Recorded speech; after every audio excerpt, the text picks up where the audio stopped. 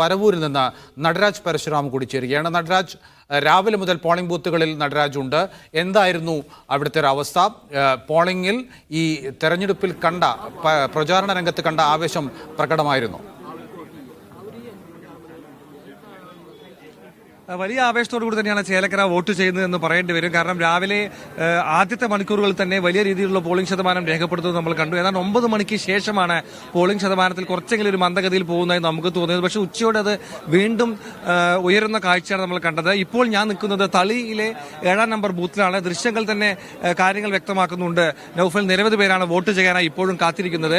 ഏതാണ്ട് 100-ലധികം പേർ ഇപ്പോഴും ഇവിടെ വോട്ട് ചെയ്യാനായി കാത്തിരിക്കുന്നു. ഇവർക്കൊക്കെ തന്നെ ടോക്കൺ നൽകിയിട്ടുണ്ട്. 69 സ്ത്രീകൾക്കും അത്ര തന്നെ പുരുഷന്മാർക്കും ഇവിടെ ടോക്കൺ നൽകിയിട്ടുണ്ടെന്നാണ് മനസ്സിലാക്കുന്നത്. ഇതൊരു പ്രാഥമിക ആരോഗ്യ കേന്ദ്രമാണ്. ഇവിടെ ഒരു സ്ഥല പരിമിതിയുണ്ട്. എങ്കിലും ഇത്രയധികം ആളുകൾ ഇവിടെ ഉണ്ട് എന്നുള്ളതാണ് ശ്രദ്ധേയമായിട്ടുള്ളത്. ഇവരെല്ലാം വോട്ട് ചെയ്ത് മടങ്ങുമ്പോൾ അല്പം സമയമെടുക്കുമെന്ന കാര്യത്തിൽ സംശയമില്ല. നിരവധി സ്ത്രീകളും ഇവിടെയുണ്ട്. ചേട്ടാ, എന്താ വൈകിയത് വരാൻ? വന്നിട്ട് ഇപ്പൊ ഇതിന്റെ ഉള്ളിൽ കയറിയിട്ട് ഏതാണ്ട് 1 മണിക്കൂറിനടുത്തായി. ഇതുവരെ ഞങ്ങൾ നിൽക്കുന്ന ലൈന് ഒരു അനക്കം പോലും ഉണ്ടായിട്ടില്ല. കഴിഞ്ഞ ഇലക്ഷനും ഇതേ അവസ്ഥയാണ്. മെല്ലെയാണോ പോളിംഗ് നടക്കുന്നത്? മെല്ലെയാണോ? വളരെ സ്ലോ ആണ്.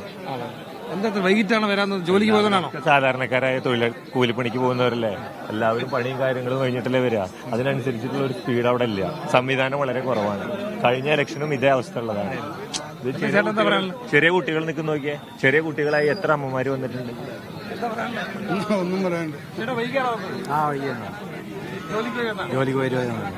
ജോലിക്ക് പോയി വരുന്ന സാധാരണക്കാർ ഒരുപാട് പേരുള്ള ഒരു പ്രദേശമാണ് നൗഫൽ. അതുകൊണ്ട് തന്നെ ഇവിടെ 100ഓളം പേർ കാത്തു നിൽക്കുന്നുണ്ട്. ഇവരുടെ വോട്ടിംഗ് പൂർത്തിയാവാൻ എന്തായാലും ഒരുപാട് സമയമെടുക്കുമെന്ന് പറയേണ്ടതില്ല.